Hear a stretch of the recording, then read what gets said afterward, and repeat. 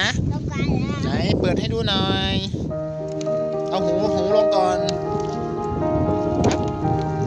เปิดเลย มีอะไรบ้างครับ นกกี่ตัว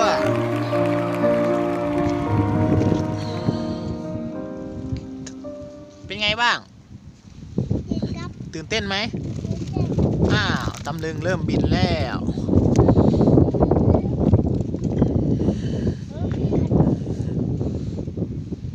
นี่พา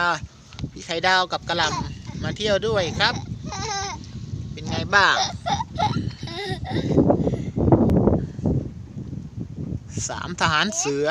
เย็บ ตำลึงกระหล่ำและไข่ดาว เป็นหน้าปะ อากาศมีลมแรงแต่ฝนไม่ตกไม่รู้ว่าตำลึงจะได้ไหมจะต้านลมได้หรือเปล่าก็รอ